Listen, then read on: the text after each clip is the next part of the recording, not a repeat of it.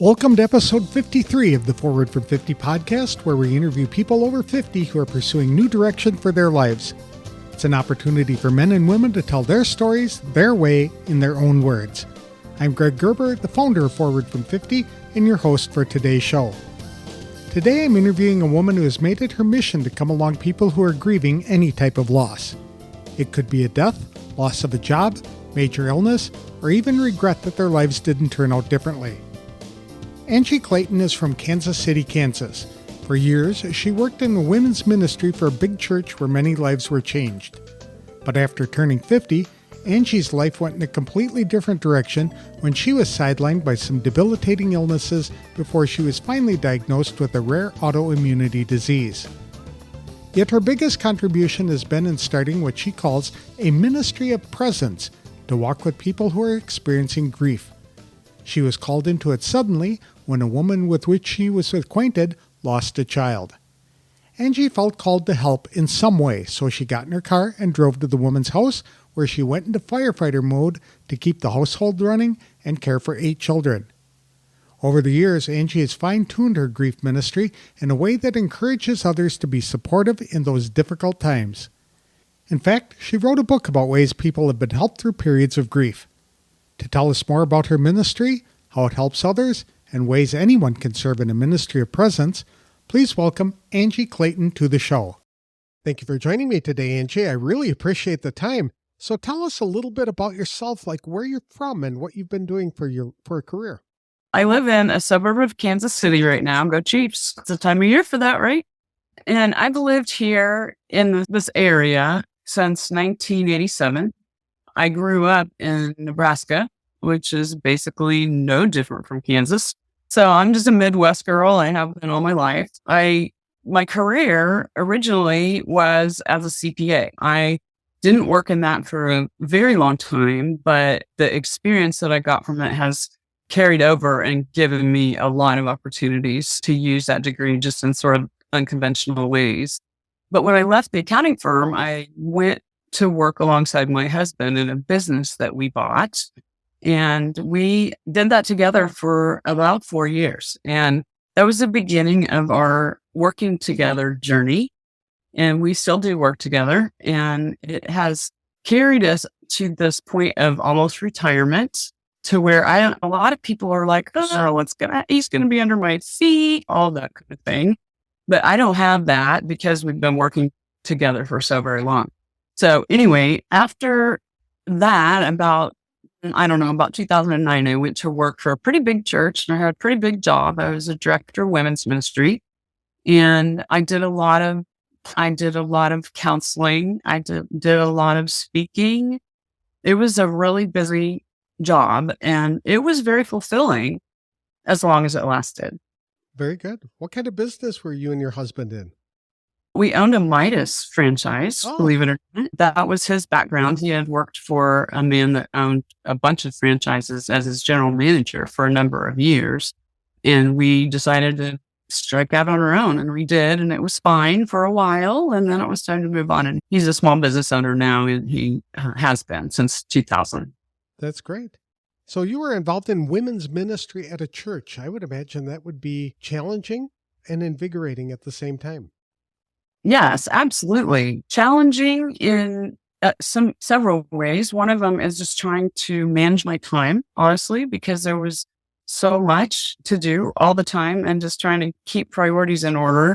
Invigorating because we saw lives change, whether it was through Bible study or a conference or one-on-one counseling or whatever. We saw lives changed by the Lord, and that is very invigorating. Some of the challenges, I was supervising about 70 volunteers, and that speaks for itself. So that could be challenging at times, but it was also really wonderful. So the challenging things had silver linings as well. The counseling that I did could be really hard and really intense, but again, there were lives changed through that. Managing all those volunteers, that's like trying to corral cats, isn't it? Pretty much. And you can't find them. That's right. Exactly. Because they're volunteers. When you turned 50, things turned in a different direction, but not necessarily for the good. Can you describe that? That's right. I was still working at the church and I got sick and I was having seizures and migraines and a lot of health problems. I'd had so many surgeries. I had 3 joint replacements. I was just not well. And finally, ultimately, I lost my job and had to focus on my health. And nobody likes to do that. That's not a fun thing. And I was very discouraged and very disheartened. And I spent a lot of time asking God, what is the point of me now? I'm totally sidelined. And little did I know that I was finally diagnosed in 2019 with a pretty rare autoimmune disorder. And so there was relief in that, in the diagnosis, even though it's not a great one. At least I know now what I'm dealing with and am able to just move forward. And I have to do it wisely. I have to respect my body.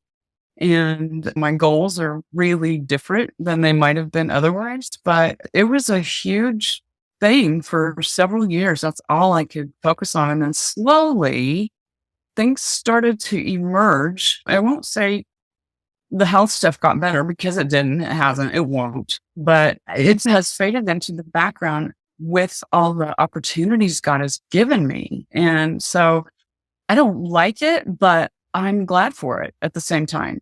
Sometimes God uses illness to slow us down, to get us to reprioritize what we find more valuable and also to get us to align with his purposes. Was that true in your life? That is 100% true. I was very much a perfectionist all my life. And now I'm a recovering perfectionist because you can't live the life I've been living and be a perfectionist. And so I have a sign over here on my bulletin board that says progress over perfection. And I had to really embrace that. And what changed it for me is I realized that there's only one perfect, and that's God. And if I'm trying to be perfect and my turn to be him, that's not good. So I do my best, but perfectionism is not my jam anymore. That's got to be hard also to be sick and not really know what the problem is. And it's frustrating for you. It's confounding for the doctors. How did they finally come about deciding that it was an autoimmune disease? In 2019, I got sick and kept getting sicker. I thought that I had an infection and I went through many tests and many rounds of medicine and it was getting worse instead of better.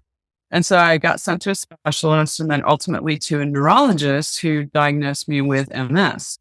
And he sent me, by the time I got to him, I had progressive numbness from about my waist down. That was getting worse by the day. And so he had me go over for 5 days of massive steroid injections. And I felt better the minute I walked out of there, the first day. So I believe that he at least kept me out of a wheelchair and he may have saved my life. Now, he also ordered a lumbar puncture. When those results came back, he was very puzzled because they did not fit MS. And so he sent me down to an MS specialist at our teaching hospital here in the University of Kansas. And the neurologist I got to diagnose me on my first visit, which is great because there's many times people don't ever get diagnosed or it's multiple decades for that to happen. And I'm grateful that it unfolded the way that it did. Today you settled into a grief ministry. How did you get involved in that? By accident. It wasn't my design, certainly, but God had it planned, right? He knows his plan. He made his plans for us from the beginning of time. And so there was no surprise to him about any of this. And as I was working my way through all this health stuff over the course of about 5 years, I had a woman that I was friendly with, not really friends yet, but friendly with, who lost 2 children to suicide. And the first time, like I said, we were friendly, but not necessarily friends. Didn't know each other very well. And when her son Jesse died, I remember just sending her a message that said, I'm on my way. And I got in my car and started driving over there. And I'm like, Lord, what am I doing? What am I doing? I don't have any idea what to say or how to be or any of those things. And I kept driving and I got over there and I went into what I call firefighter mode. And I helped with things like meals. She has 8 children. meals and getting kids to practices, funeral clothes, you name it, just keeping the household running. And that's how I function. That's the role I functioned in with Jesse. And let me just say that firefighters are so important. We've got to have them. We need them desperately. But what happens when the fire's out? The firefighters go home and wait for the next fire. And so when Emily, her daughter, died, it was entirely different. And I was a builder with my friend when Emily died. And what that meant was when I went over there the first day, the first minute that I found out, the end result was that I crawled in the bed with her and just laid there and cried with her.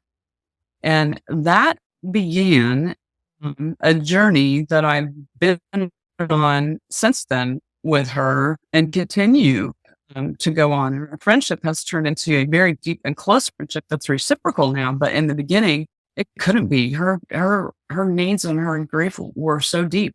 And so that was the first experience that I had. And I had no idea what I was doing, but the Lord led me, and Elaine taught me a lot about what's helpful and what's not helpful during a time of traumatic grief like she was experiencing.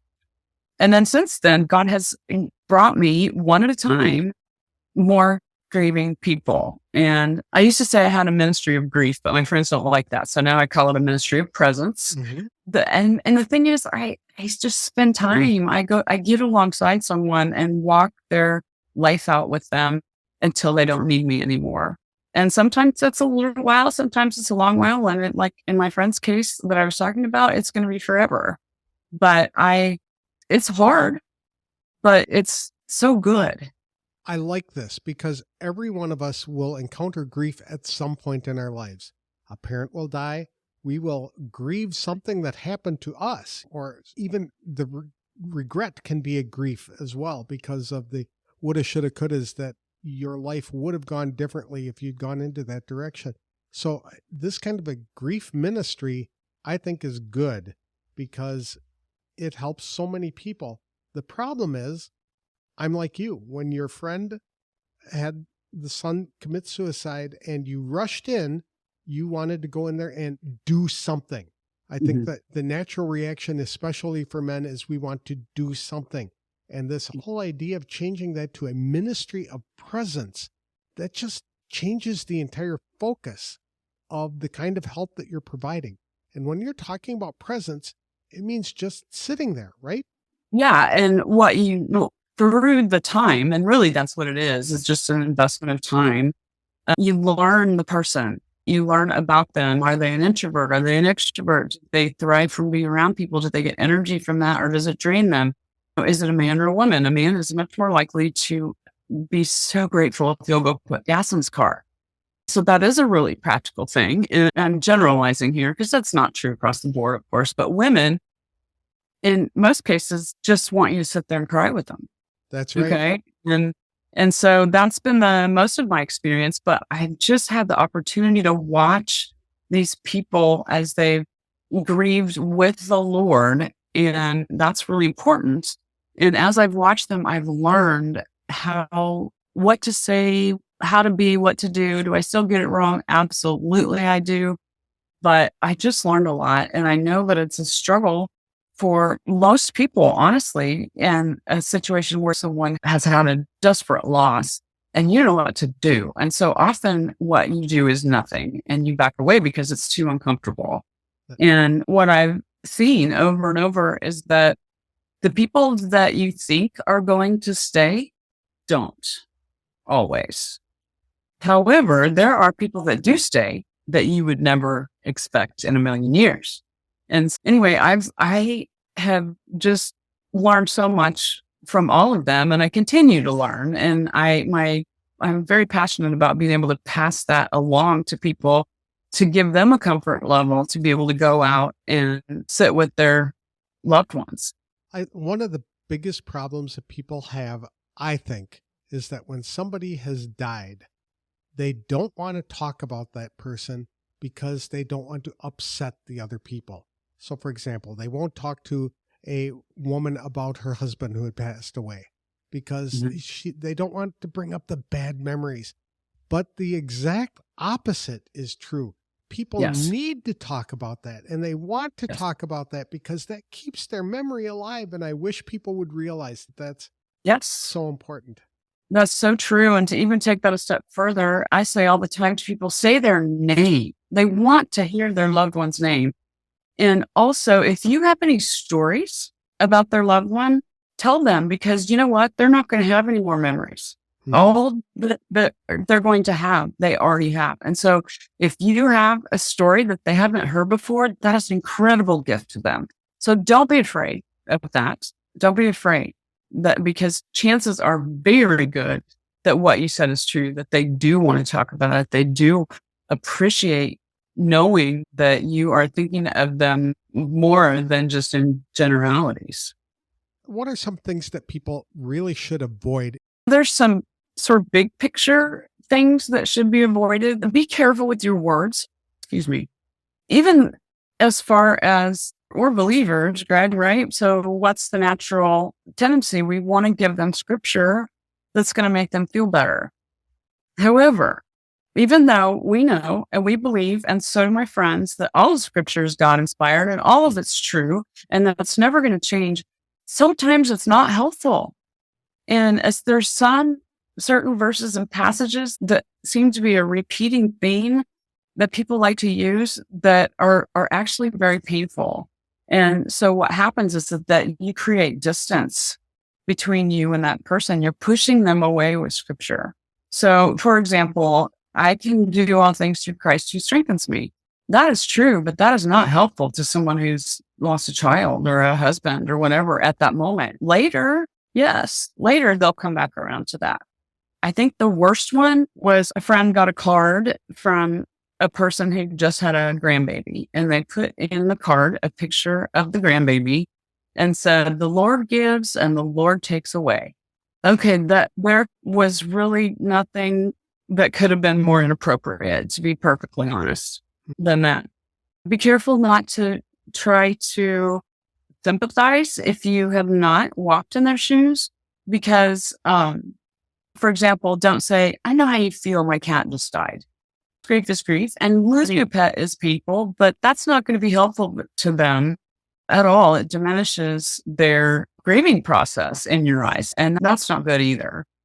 So those like a big overview. Some more practical things are when you interact with someone who's grieving, it's very tempting and very normal to say, "If you need anything, just give me a call. Just let me know." You know what? They're not going to call you. They're not, because what are they doing? They're grieving. They're broken. They're shattered. They don't even know what they need or want. And so while we're well-meaning, and we really do mean it when we say it, it's very unlikely that will be taken up on. And so then what? We're released from our obligation? Maybe we are. Mm-hmm. But a more helpful thing is to call and say, "I'm going to bring you dinner this week. Would Tuesday or Wednesday be better?" That's a decision they can make. There you go. That's Or, right. "I know your kids have soccer practice this week. I want to take them to practice. What time and where do they go? What day, what time?" Those kinds of things. They can make decisions about those small things, but you can't just give them a blanket. "If you need anything, let me know." So there's a lot of more practical things like that, as well as just being wise and being careful. And at the same time, knowing you're going to get it wrong. I get it wrong still all the time. And there's grace and there's forgiveness that happens, and you can't stop because you mess up. You just got to say, "I'm sorry, I messed that up," and keep going. I agree. When you started your ministry, what did you have to do to get that started? Or did you just naturally fall into this? I did. I fell into it. I never would. Who would do that? But it was really clear, really obvious, almost from the very beginning, that God's hand was in it. And who can resist that? It was uncharted territory. It was very uncomfortable. But at the same time, I knew, I was as sure as I've ever been in my life that this is what God had for me right then.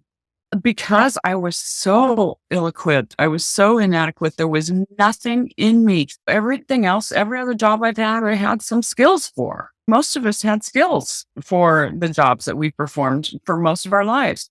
I had no skills for this. And I had to just completely depend on the Lord to enter in and stay with these people. So are you primarily working with people in your church or your local community? No, that has happened. Local community, yes, not necessarily my church. It's very organic. Sometimes I have. If I hear about someone that has had a really traumatic loss, and if I know them somewhat, I reach out. But in general, it is people that come to me now. Are you teaching other people how to develop? I wrote a book based on all of my experiences to date and all the things that I've learned, the helpful, not helpful, some of the things I just finished talking about. And my hope is that it would dispel the fear that people have about engaging and give them sort of some confidence and encouragement to go ahead, do it. Just go enter in, be brave. Mm-hmm. It does take courage, honestly, but it's possible for all of us. Did this create any challenges for you as you were developing this ministry or walking this out? One of them, I would say, it was making sure that I kept boundaries, because it is very intense to do life with someone who is grieving deeply. And that you have to find a balance between caring for them well, but not going into their pain so deeply that it affects your heart and soul. And sometimes that's trial and error. And sometimes you go, ooh, I'm in a little too deep. I got to back off a little bit. But just really learning to be aware of when I am maybe in over my head, because if I'm not taking care of myself, I can't take care of you. I can't be a good support to you if I don't take care of myself. The grief doesn't necessarily mean death, though, does it? That's correct. There's a lot of grief, especially, maybe not especially, but even as we get older, we lose our jobs or we retire from a job that has been our main source of fulfillment. Maybe all of our lives, that's grief. Any kind of loss, honestly, any kind of loss results in grief. And you can't compare. Grief is grief. There's traumatic grief, certainly, but it's real. And one of the things that's the most important is not to discount someone's grief. I agree.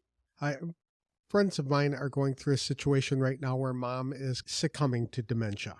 And it is very hard on everybody to know that this once vibrant, once active woman just really doesn't have the enthusiasm to do anything at this point. And they're going through the grieving process, even though mom is still around, because it's just hard for them to deal with this. I can so identify with that. My dad was diagnosed with Alzheimer's in August, and it's hard. It's hard to watch the slipping away. And he's got a long ways to go yet before he gets too deeply into it. But there's a lot of just stunning things that happen that really set you back on your heels. And that's tough. And that doesn't involve a death yet that inevitably is going to. Now, what you're talking about is called pre-grieving. And that's a real thing. And honestly, it's hard. It's as hard a grieving as you're ever going to do. But it's also helpful down the road because you've come to terms with some things. You're still going to have the shock and the pain and all of that when they do pass away, but you've dealt with some of the stuff ahead of time, and that can be very helpful. One of the other things that you blog about a lot on your website is living in the past and the problems with focusing on living in the past. Why is that so dangerous for people? They have some regrets, I will say, when I look back over my life, but it is really important to me to understand the difference between regret and guilt and shame. Okay. Regret means if I could do that over again, I'd do it differently. Yeah. And so when I look back at my parenting, for example, there's some stuff I do really different.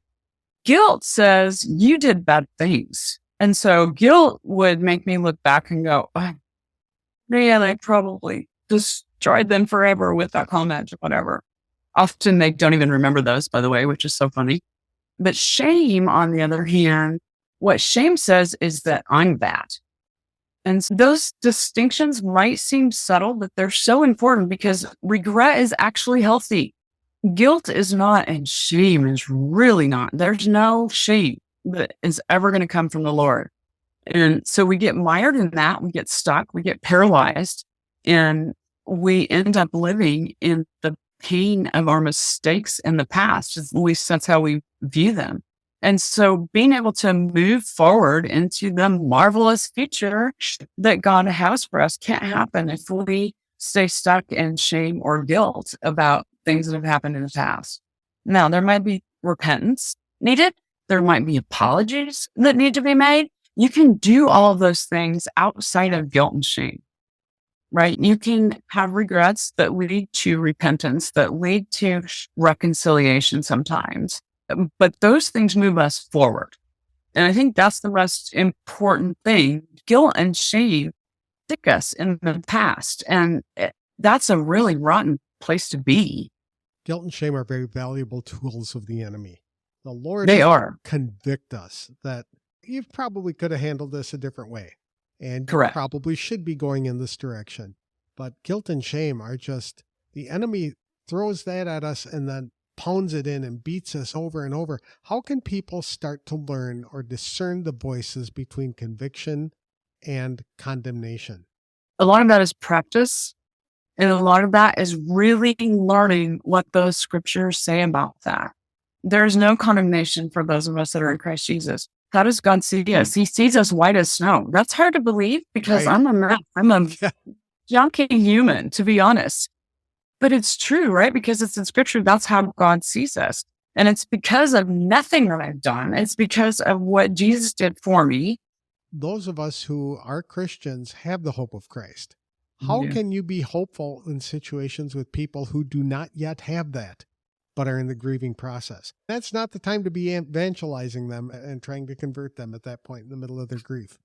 No, it's not. You're right. And that would be a mistake because that's another way of just pushing people away. There's a lot of ways that we push people away in order to make ourselves more comfortable, if we're being honest. But as far as the hope that we have in Jesus, and if they don't have that, then I feel like my job is for them to see it in my life and in a way that makes them want what I have.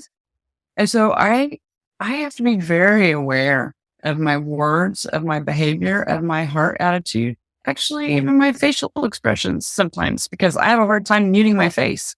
And if we get the chance to, if God opens the door for that, obviously we're going to walk through it.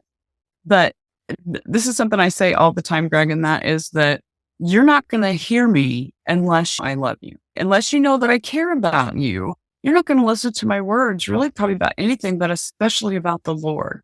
And so my job is to live out my life as a light the best that I can and get into a relationship with people that is deep enough for then at some point, whether it's me or someone else, that they're ready to receive the gospel.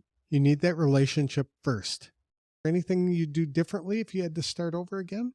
Let's see.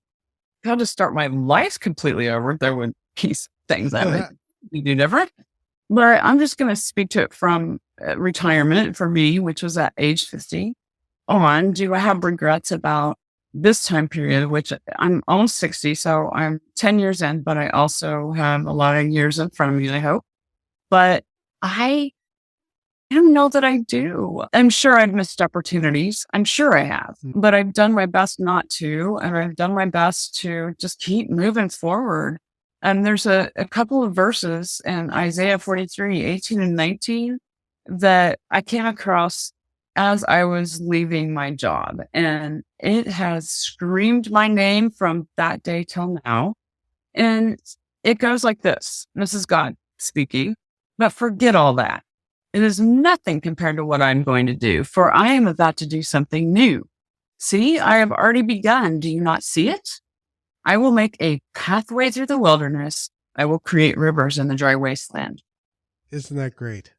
It is so great because that it doesn't matter what came before. There's good things that are coming ahead. And do I believe that God can make pathways through a wilderness that is so crowded and so dark that I can't see a way out? Do I believe that he can create rivers when I'm dying of thirst? Yes, because I've experienced it. And I continue to experience it. And I cling to that. I really do.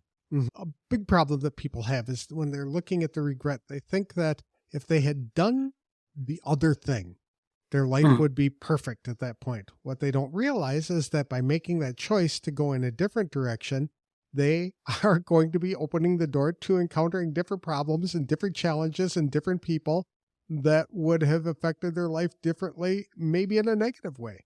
So it's important to realize that God has us on this path for a specific reason.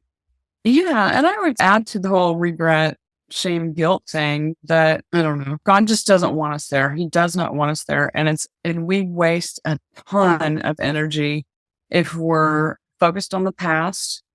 And I want to say something else about that. We waste a ton of energy if we're projecting things out into the future, because the reality is those things may or may not happen. I used to I did it. I was really good at projecting things out to their worst case scenario because I wanted to be ready. I wanted to have a plan for no matter what happened.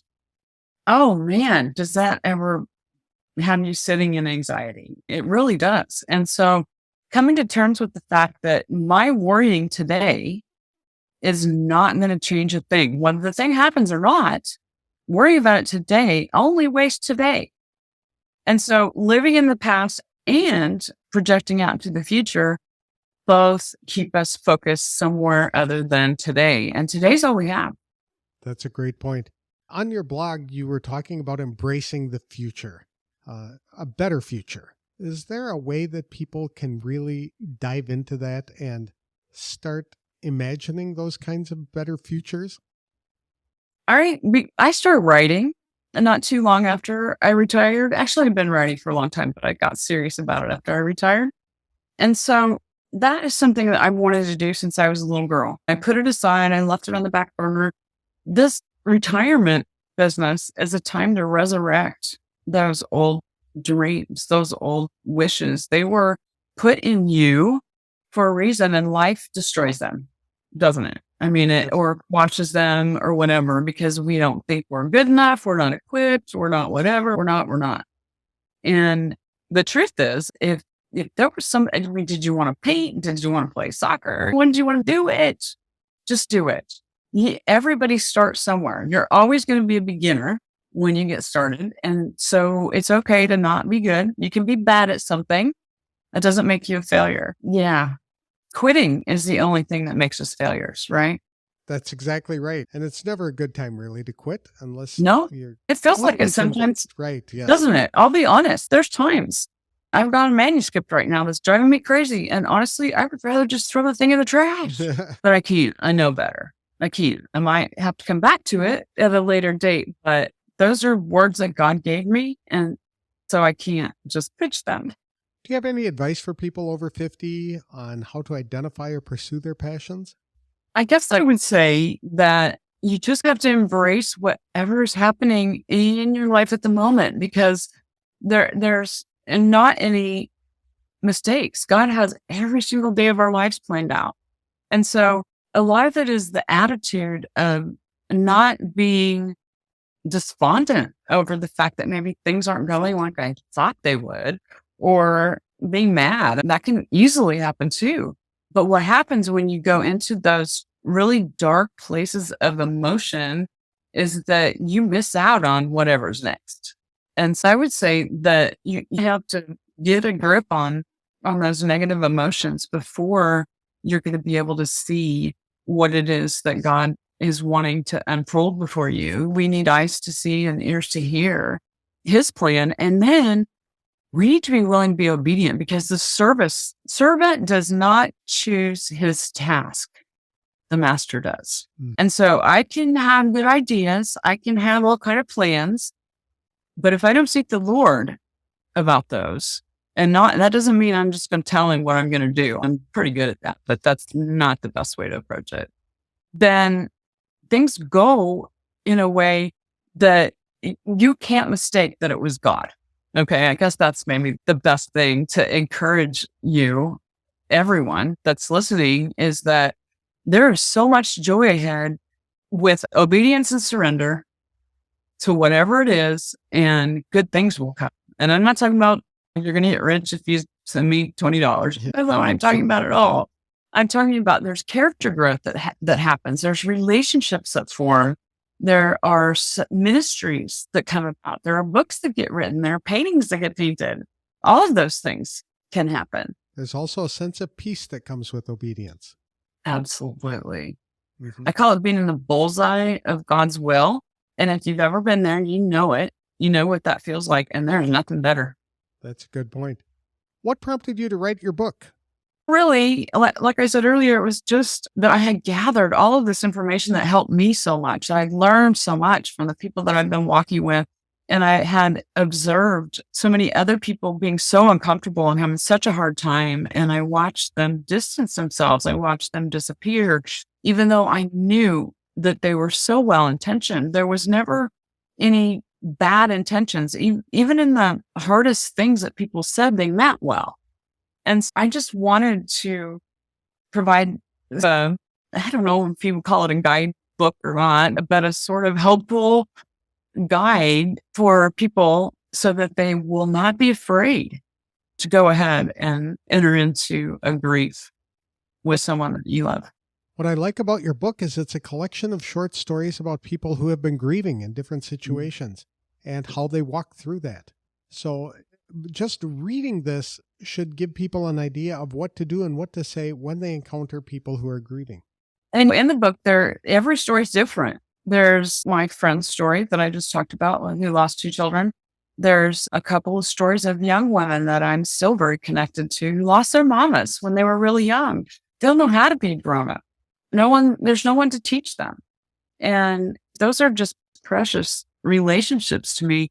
Again, that never could have happened otherwise. But here's one of those things that got me to the place where I'm okay with coming to you, even though I haven't experienced exactly what you have, and that I can come to you and still perhaps minister to you, because it said, 2 Corinthians 1:4, that God, who comforts us in all our affliction, so that we will be able to comfort those who are in any affliction with the comfort with which we ourselves are comforted by God. Again, that's 2 Corinthians 1:4.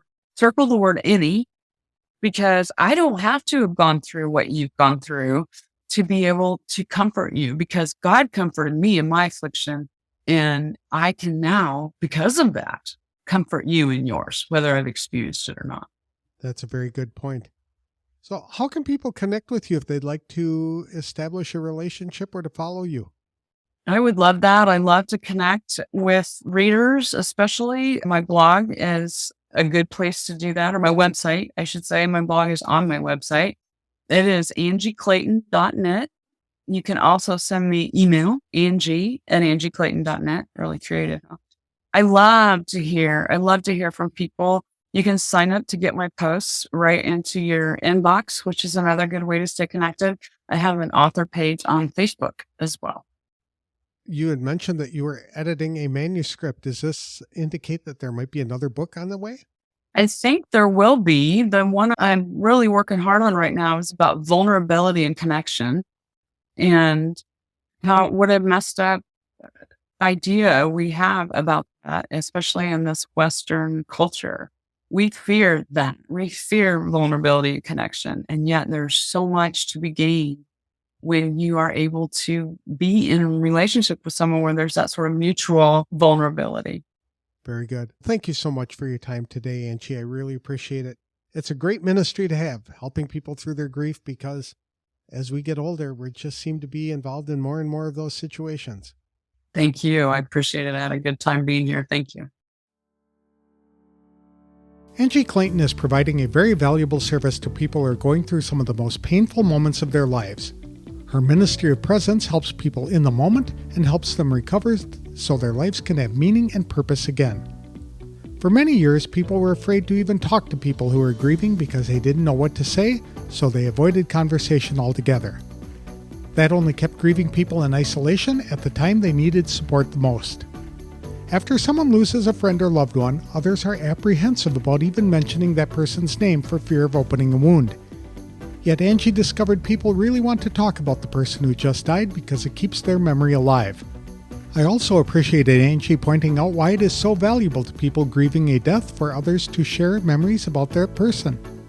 Grieving people won't be able to make any new memories themselves, so they love it when others share their memories with them.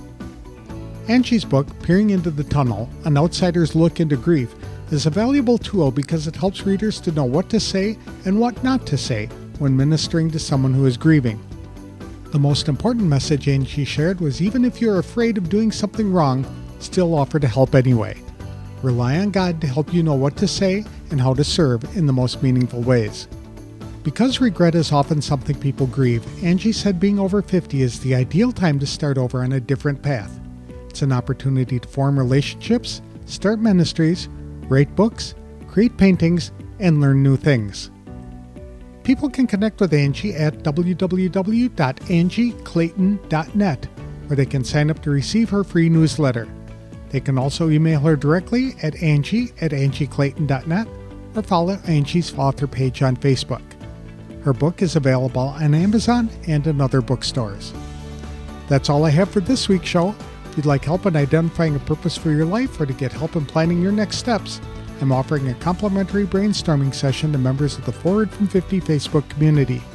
For details, connect with me on Facebook or visit www.forwardfrom50.com.